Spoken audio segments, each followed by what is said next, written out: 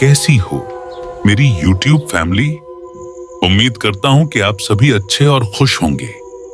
आज की कहानी बेहद डरावनी होने वाली है। एक ऐसी डार्क हॉरर कहानी जो आपकी रूह तक को झकझोर देगी।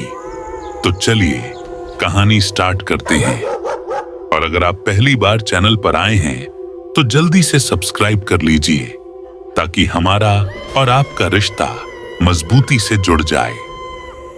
रात का सन्नाटा गांव की तंग गलियों में पसरा हुआ था। टिमटिमाते दियों की लौ जैसे डर के मारे कांप रही हो। यह गांव कई सदियों पुराना था, लेकिन उसकी सबसे बड़ी पहचान थी पहाड़ी पर खड़ा पुश्तैनी किला, जो अब खंडहर बन चुका था। गांव के बच्चे तक उस ओर नहीं जाते थे। बूढ़े लोग कहते थे कि वहां रहने वाली आत्माएं इंसानों के करीब आना पसंद नहीं करती, लेकिन सबसे ज्यादा लोग जिस नाम से डरते थे वह था नागा साधु। कहा जाता है कि यह किला एक राजा ने बनवाया था, जिसने अपने साम्राज्य की रक्षा के लिए कई साधुओं और तांत्रिकों की मदद ली थी। उनमें से सबसे शक्तिशाली था वही नागा साधु। वह दिन रात किले के अंधेरे हिस्सों में बैठकर साधना करता। उसकी साधना का उद्देश्य था मृत्यु पर विजय। कहते हैं कि उसने काली शक्तियों से समझौता कर लिया था। लोग बताते थे कि कई बार रात में किले से अजीब रोशनी निकलती और साधु की गूंजती हुई आवाजें सुनाई देती, मानो वह किसी और दुनिया से बात कर रहा हो। लेकिन अचानक एक दिन वह साधु गायब हो गया। कोई नहीं जानता कि वह मरा या उसने खुद को किसी और लोक में कैद कर लिया। पर उसके बाद से किला वीरान हो गया। धीरे धीरे लोग मानने लगे कि उसकी आत्मा वहीं फंसी हुई है। गांव में ढेरों कहानियां फैली हुई थीं। किसी ने कहा कि उसने आधी रात को किले की दीवारों से खून रिश्ते देखा है। किसी ने कहा कि साधु का धड़हीन शरीर दीवारों पर घूमता दिखाई देता है। और किसी ने दावा किया कि उसने साधु को अपने सपनों में देखा है, जहां वह इंसानों को अपने अनुष्ठान में बलि देने की धमकी देता है।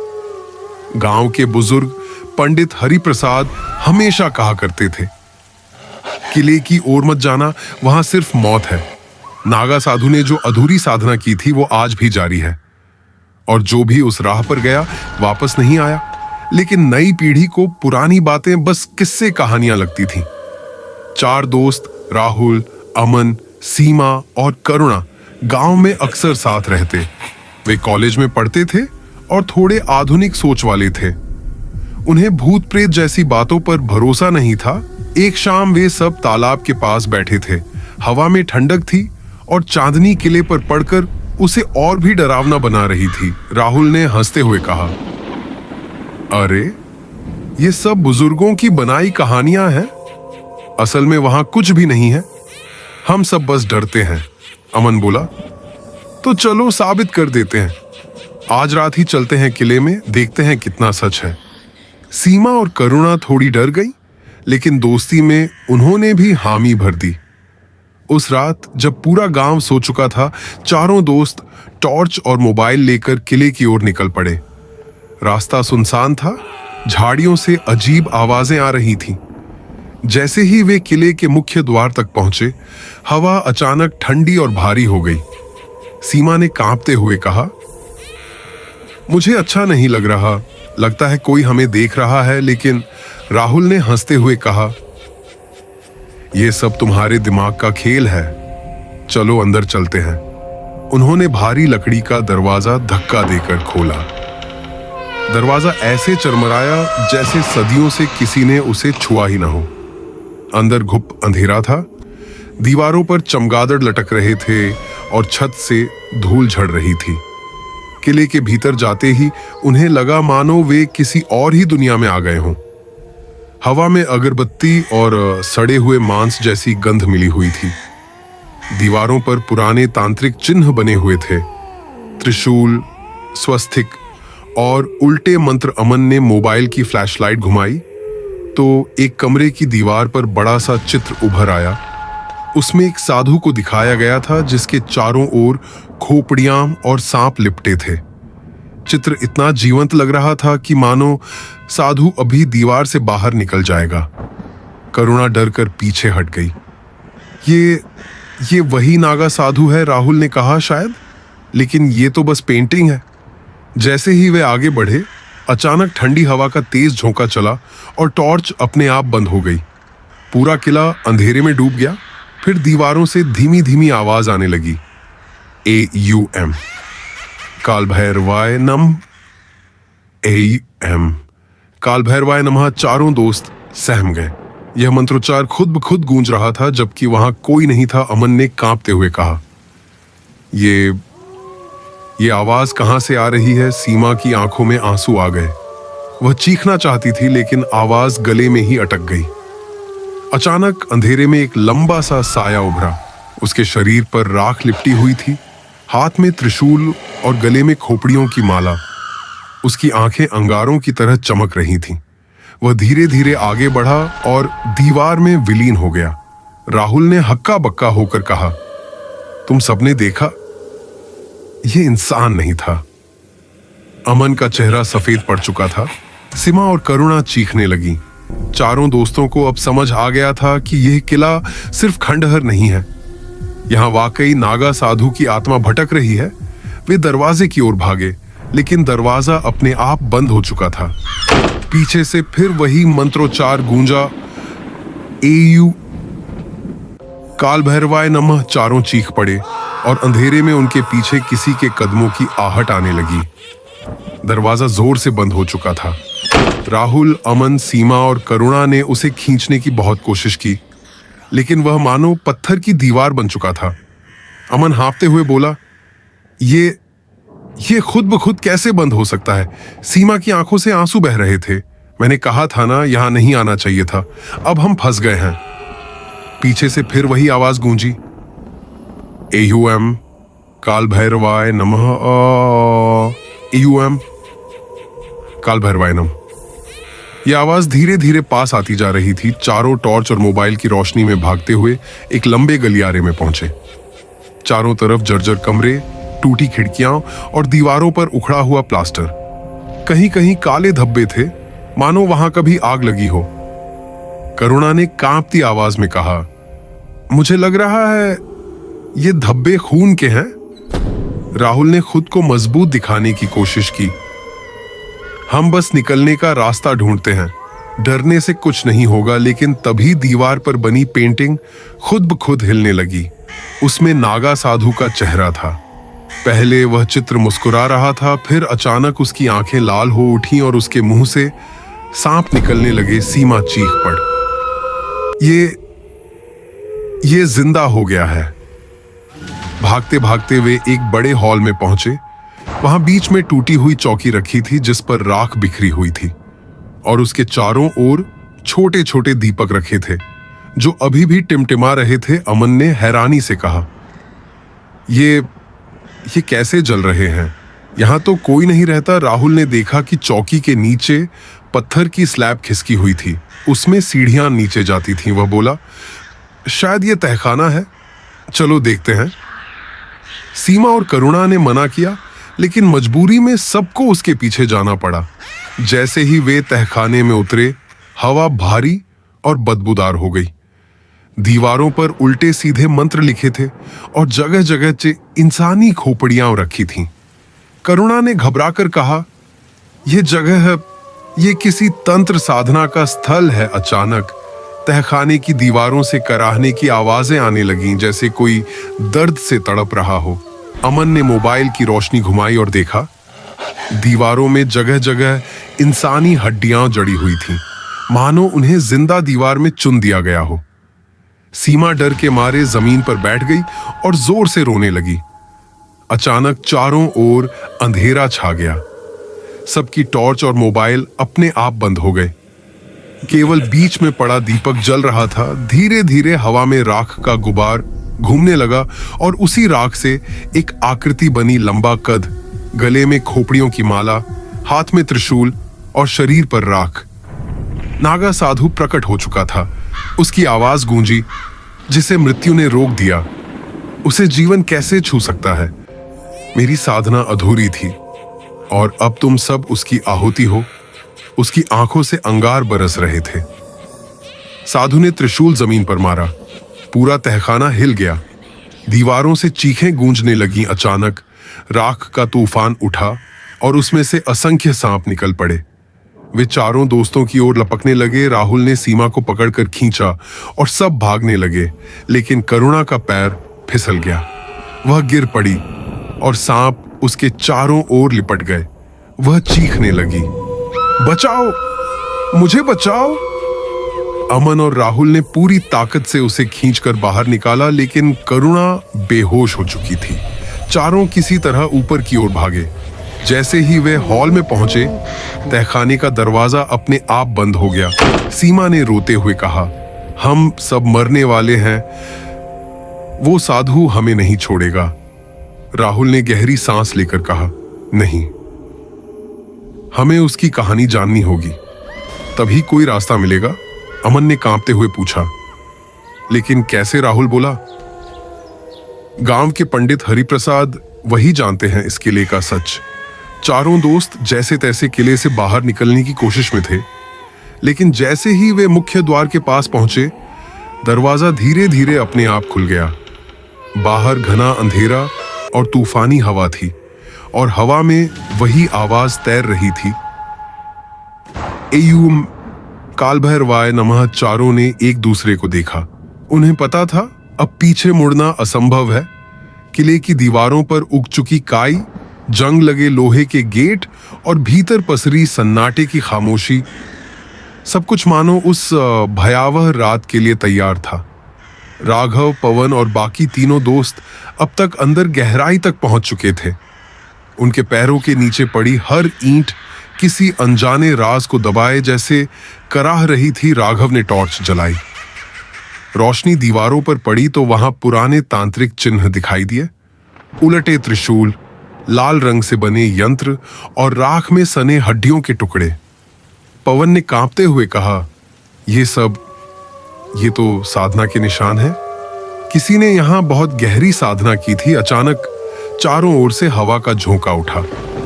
मशालें अपने आप जल उठी। दीवारों से डरावनी छायाएं बाहर निकलने लगी, और तभी एक धीमी लेकिन कांपती हुई आवाज गूंजी, तुम सब यहां क्यों आए हो? मेरी साधना को अपवित्र क्यों कर रहे हो? आवाज इतनी भारी और गूंजदार थी कि दीवारें हिलने लगीं। राघव ने देखा, ठीक सामने काले धुएं का बादल आकार लेने लगा। कुछ ही पलों में उस धुएं से एक विशालकाय आकृति निकली। नग्न, राख से पुता हुआ शरीर, गले में खोपड़ियों की माला, लाल जलती हुई आंखें और हाथ में त्रिशूल। सभी लड़कों की सांसें थम गईं।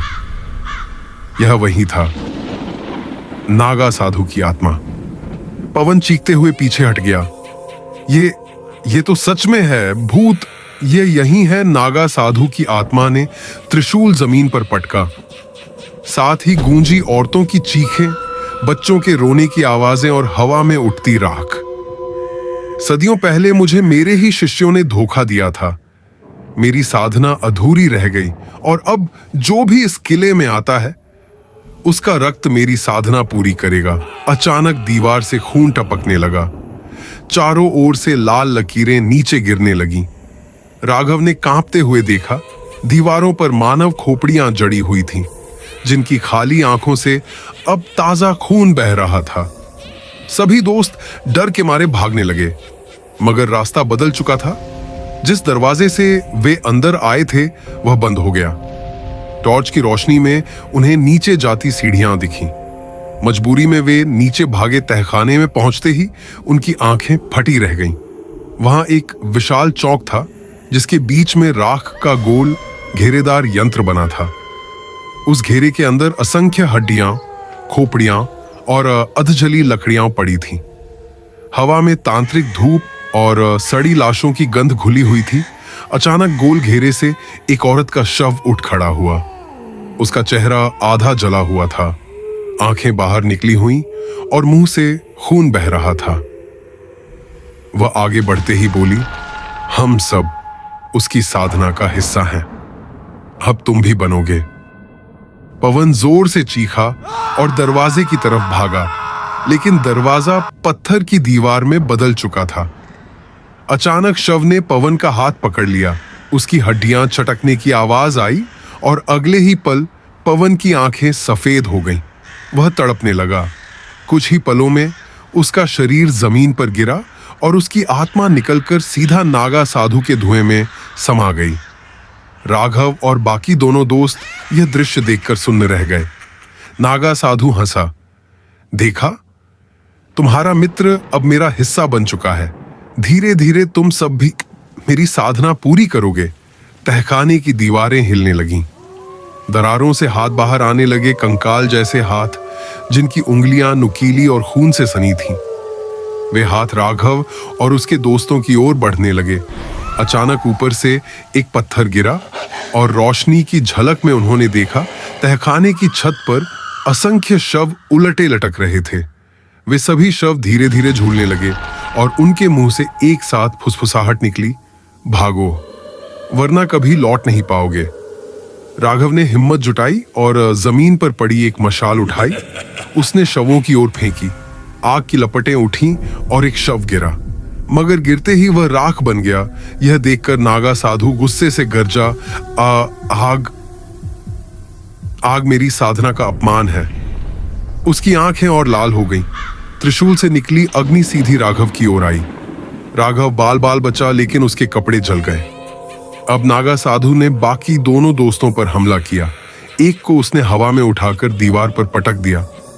उसका सिर फट गया और खून तहखाने में बहने लगा। दूसरे ने दरवाजा तोड़ने की कोशिश की, लेकिन दरवाजा लोहे की जंजीरों में बदलकर उसी के गले में लिपट गया। वह चीखता रहा जब तक उसकी सांस बंद नहीं हो गई। राघव अकेला बचा था।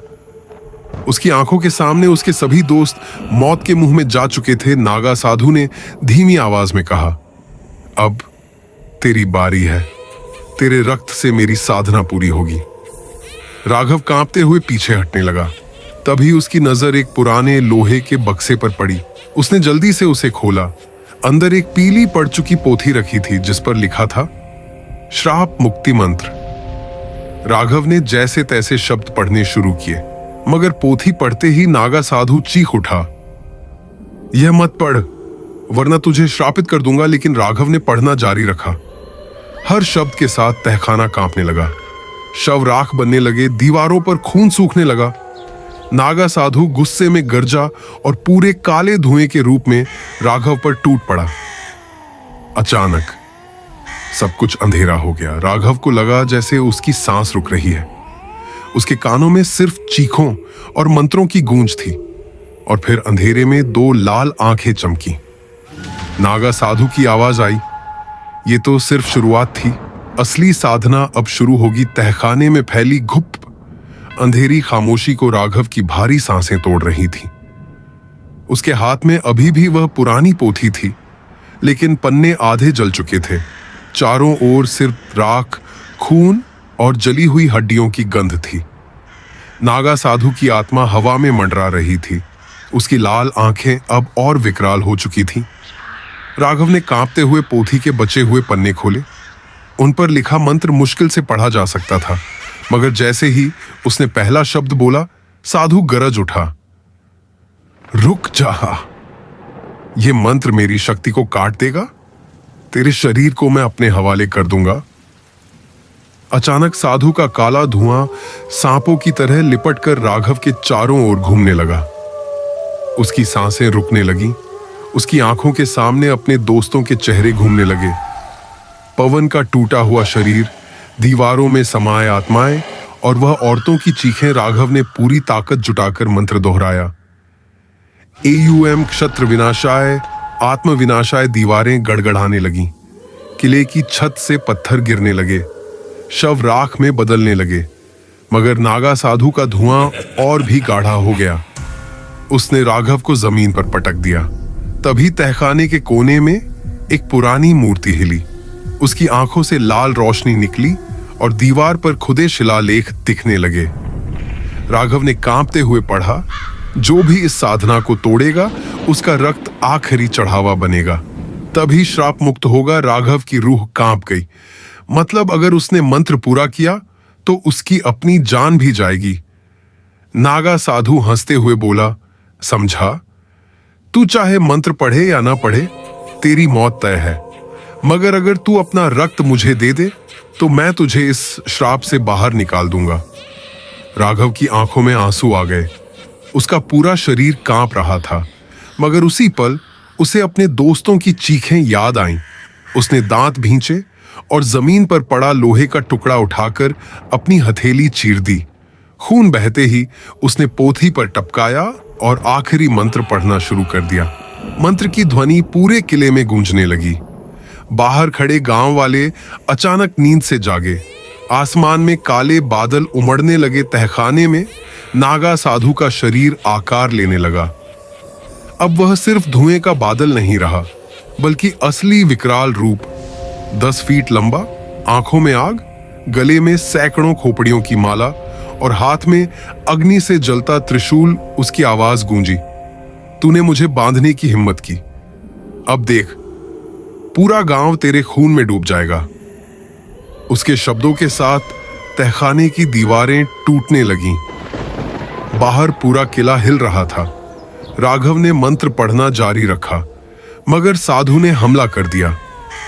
उसने हवा से ही राघव को उठाकर दीवार पर पटक दिया। राघव के मुंह से खून निकलने लगा। तभी अचानक तहखाने के ऊपर का दरवाजा खुला और गांव का बूढ़ा पुजारी अंदर आया। उसके हाथ में कांपती हुई मशाल थी और गले में तुलसी की माला। उसने जोर से कहा, अखैया, नागा, तेरी साधना अपवित्र थी। तूने निर्दोषों की बलि ली, अब तेरा अंत तय है। नागा साधु हंस पड़ा। तू जैसे हजारों आए, सब मरे, मैं अमर हूं। पुजारी ने राघव को देखा और बोला, बेटा, मंत्र पूरा करो, डर मत। तेरे खून से यह अधूरी साधना हमेशा के लिए मिट जाएगी। राघव ने आखिरी हिम्मत जुटाई। उसने अपने लहूलुहान हाथ से पोथी पकड़ी और जोर से अंतिम मंत्र बोला, EUM काल भैरवाय नमः, बंधन विमोचनाय नमः।